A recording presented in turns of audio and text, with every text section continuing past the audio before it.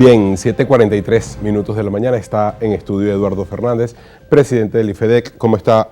Muy bien, mucho gusto. Gracias por estar acá con nosotros. Gracias por la invitación. Bien, ayer vimos que se realizó entonces este referendo consultivo que impulsa el gobierno y quisiera saber cuál es la lectura que le da Eduardo Fernández a este proceso y qué podría pasar luego de no.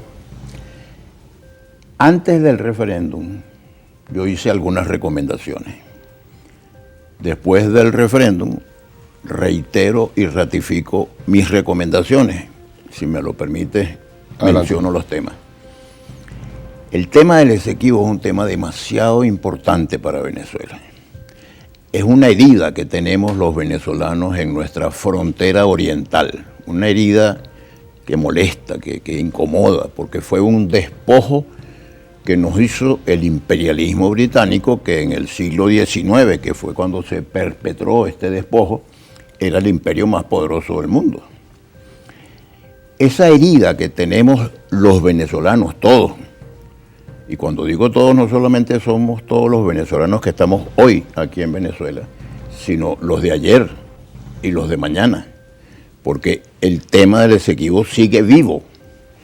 Entonces yo recomendé que ese tema no se redujera a la mezquina dimensión de una confrontación gobierno-oposición, sino que ese tema fuera evaluado y considerado como un tema de interés nacional de todos los venezolanos y que se maneje con el mayor profesionalismo posible.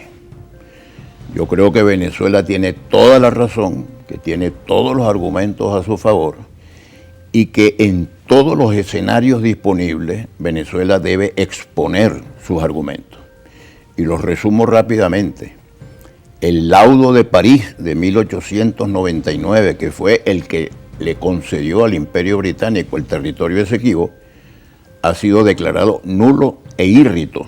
Y no solo ahora, ¿no? Sino que sucesivamente. Incluso hubo un hecho muy importante en el gobierno del presidente Raúl Leoni, siendo ministro de Relaciones Exteriores, el doctor Ignacio Iribarren Borges, se logró por fin suscribir el Acuerdo de Ginebra entre Venezuela y la Gran Bretaña. Todavía Guyana era una colonia del Imperio Británico. Pero sin embargo, tuvo el buen juicio Inglaterra, el Imperio Británico, de invitar a líderes de la colonia a que estuvieran presentes en las conversaciones de Ginebra, y el resultado, el análisis de la conversación de Ginebra es que se reconoce que ese laudo arbitral de París de 1899 fue un despojo que le hicieron a Venezuela de su territorio. ¿Por qué ese territorio es de Venezuela? Por aplicación del principio de derecho internacional público universalmente aceptado que se llama en latín uti possidetis iuris, o sea, que un país que deja de ser colonia y se convierte en país independiente ejerce la soberanía sobre toda la extensión de lo que antes fue la colonia. En los mapas está clarísimo que la frontera de la Capitanía General de Venezuela llegaba hasta el río Esequibo, de modo que ese territorio es venezolano. Otra recomendación que yo hice fue la de que no se utilizara esto para una confrontación con nuestros vecinos, porque no solamente estamos confrontando con la República Cooperativa de Guyana, sino con todos los amigos de la República Cooperativa de Guyana, que son los países que integran el CARICOM, el llamado CARICOM, y algunos otros amigos que nosotros tenemos interés en tener muy buenas relaciones con Colombia, con Brasil, pero también con la República, que son nuestros vecinos, son nuestros países fronterizos. Y ellos, la República Cooperativa de Guyana, por muchos años fueron víctimas de los atropellos del Imperio Británico. De modo que si alguien sabe los atropellos que puede cometer el Imperio Británico, son nuestros hermanos y vecinos de la República Cooperativa de Guyana. Así como abusaron de ustedes, abusaron de nosotros, porque Venezuela en ese momento era un país muy débil y estaba confrontando nada más y nada menos que con el más poderoso imperio del siglo XIX venezolano. Ahora le consulto cinco preguntas en las que, de acuerdo al Consejo Nacional Electoral, el sí pues tiene una victoria abrumadora. ¿Qué hacer ahora con ese resultado? ¿Qué opciones tiene el gobierno, digamos, para hacer valer la soberanía Yo creo popular? que la situación está bastante parecida al día antes. El día después del referéndum, el gobierno debe agotar de una manera muy profesional todos los instrumentos a su disposición, todos los instrumentos conforme a derechos. Y esto excluye tentaciones de violencia y de guerra. La opción militar no es una opción para la Yo no creo que la recuperación del opción territorio. militar debe ser considerada para nada. Vamos a atenernos al derecho internacional público y hacer valer nuestros derechos. Ahora, otra recomendación que yo hice, y aprovecho tu amable invitación para reiterarlo, es decirle al gobierno, mire, aquí en Venezuela hay mucha gente que ha estudiado a fondo el problema. Yo le recomendaría al presidente y a sus colaboradores que llamen a todos los venezolanos, sean amigos del gobierno en lo interno o no, porque todos estamos unidos en la defensa del Esequibo. Entonces, llamen a la gente más competente que haya en Venezuela, que conocen esta materia, sean o no amigos en lo interno de su gobierno, y consulten para que la política que se desarrolle sea verdaderamente una política nacional. El viernes 1 de diciembre, la Corte Internacional de Justicia emitió, digamos, una opinión respecto a esa petición que hizo Guyana, pero en esa opinión, en algunos puntos, creo que el 21, la Corte Internacional habla y pone un término y dice plausible. ¿Qué determinar de ese término? ¿Por qué hablar de una acción plausible refiriéndose a Guyana? Eso ya no determinaría que la Corte podría fallar a favor de Guyana, que no lo hizo así el pasado viernes.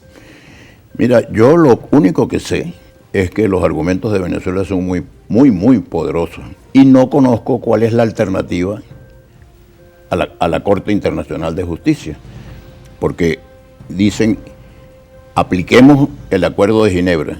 Pues el Acuerdo de Ginebra, en ultimísima instancia, nos remite a la Corte Internacional de Justicia. ¿Por qué? Bueno, porque hay una disposición según la cual, una vez agotada la negociación directa de las partes, la intervención de los oficiantes de buena fe, la intervención del secretario general de las Naciones Unidas, termina diciendo, y el secretario general de las Naciones Unidas, de acuerdo con el artículo 33 de la Carta de las Naciones Unidas, decidirá. Y en el artículo 33 de la Carta de las Naciones Unidas está la acción judicial. Y la acción judicial es en la Corte Internacional de Justicia. Entonces, señores, en todos los escenarios tenemos que presentar nosotros nuestros argumentos, y repito, no es justo con Venezuela y con los venezolanos convertir este tema tan importante en un episodio más de una confrontación gobierno-oposición. Este es un tema de interés nacional, es a todos los venezolanos. El tema es que el gobierno durante muchos años muy poco ha actuado con una política de Estado respecto al Ojalá que en este caso y con este tema corrija los errores de sectarismo y de exclusión que ha tenido en algunos otros temas en el pasado. Ojalá el gobierno y la oposición y todos los factores de opinión pública en Venezuela entendamos que el tema no es para un fuego de artificio entre gobierno y oposición, sino para tratarlo con seriedad, con profesionalismo y con un profundo amor por Venezuela. Ahora, bueno, usted toca el tema de seriedad y profesionalismo y le consultó respecto a la pregunta que decía en el referéndum, la posibilidad de que el territorio Esequibo se convierta en un Estado, cuando de acuerdo a la Constitución del Estado Bolívar, ya el territorio Esequibo es parte de Bolívar, corresponde a la provincia de Guayana y por ende está adherido, ¿no?, al territorio de Bolívar. ¿Cómo quedaría eso? Yo creo que lo importante es el dirimir el diferendo en los escenarios internacionales, de modo que se reconozca, oiga, sí, es verdad, fue un abuso del Imperio Británico haber despojado a Venezuela de este territorio. Venezuela en ese momento estaba muy débil, porque además, cuando se produce el arbitraje o el laudo arbitral de París, Venezuela estaba experimentando la revolución liberal restauradora. El general Castro venía con la invasión de los andinos, la invasión de los 60, y el país estaba distraído con esa cosa, y mientras tanto el imperio británico avanzaba. Hay una cosa positiva que pasó en medio de toda esa tragedia, que es que los Estados Unidos le dijeron, mire, párense ahí, porque lo que pretendía el imperio británico era llegar hasta las bocas del Orinoco. Pero hay otro tema que yo quisiera dejar aquí. Una cosa es la reclamación del territorio de Esequibo y otra cosa es el ejercicio de la soberanía de Venezuela sobre el mar, sobre su mar territorial.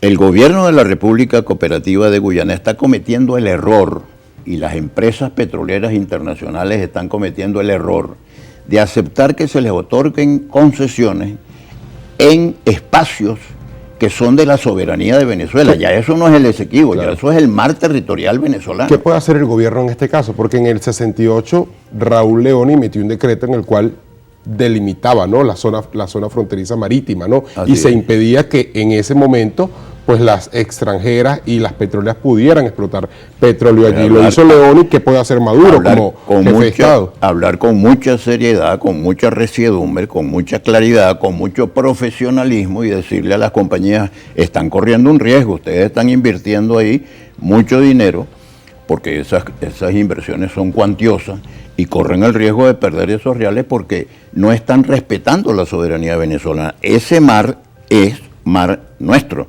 ese mar es mar territorial venezolano, aparte de la discusión sobre el Esequibo. Esto es otra cosa, es la proyección, lo que llaman las áreas marinas y submarinas de la plataforma continental venezolana.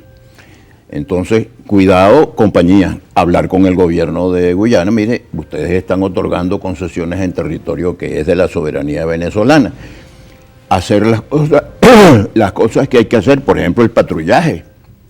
Es indispensable que se haga un patrullaje. Hoy día la Armada ya no patrulla la zona. La Armada debe patrullar, para eso existe la Fuerza Armada, para contribuir bajo las instrucciones del jefe del Estado, que es el comandante en jefe de la Fuerza Armada, contribuir al pleno ejercicio de la soberanía de Venezuela sobre su territorio. ¿Qué escenarios ve de aquí a abril, que es cuando Venezuela debe acudir a la Corte Internacional?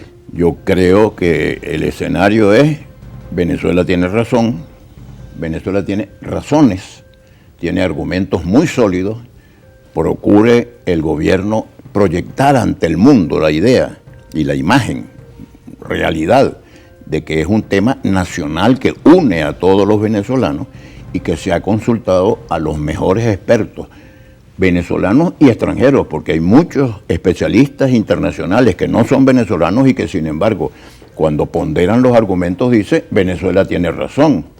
Entonces yo creo que el escenario es que el gobierno venezolano, con mucha amplitud, sin incurrir en la tentación de convertir esto en la mezquina dimensión de un pleito gobierno-oposición, actúe, consulte y defienda con firmeza y con claridad los derechos de Venezuela sobre el Esequibo. ¿Cómo quedaría el resultado ante la pregunta de si se desconoce la Corte Internacional como mecanismo para dirimir el conflicto? Pues bueno, porque la gente votó sí, ¿no? De acuerdo al CNE. ¿Qué debe hacer el gobierno ahora? El referéndum, como lo explicó muy bien el propio gobierno y la Asamblea Nacional y el Consejo Electoral, no es vinculante, es una consulta.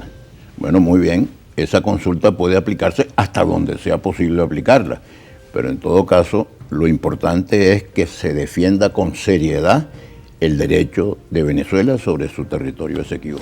¿Qué lectura le da a la opinión de la Corte del pasado viernes que dice la Corte de una u otra manera llama a las partes, a Venezuela y a Guyana, a abstenerse a avanzar en acciones que puedan complicar el conflicto, ¿no? Complicar es razonable. Pero eso implicaría que Guyana saque las transnacionales. De nuevo, porque eso implicaría... Son dos temas distintos. Uno es el Esequibo y otro es el mar territorial venezolano. Del mar territorial venezolano debe irse Guyana. Y debe el gobierno venezolano explicarle, mira, estás entregando concesiones para explotación petrolera en un mar territorial que es de Venezuela. No está en el tema Esequibo, es el mar territorial venezolano.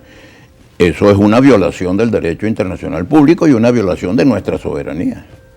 Y yo creo que, por supuesto, la Corte Internacional tiene que tener mucho interés en que se arregle el asunto por diálogo entre las partes.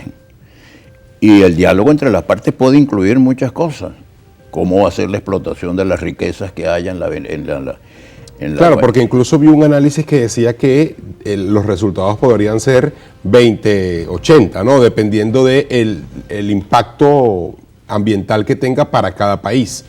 Efectivamente, y entonces tomar en cuenta también mucho esas circunstancias del impacto ambiental, porque todas esas explotaciones que se están haciendo es de un producto petrolero que es muy contaminante, sí, en momentos en que el mundo está escandalizado por los niveles de contaminación que estamos haciendo.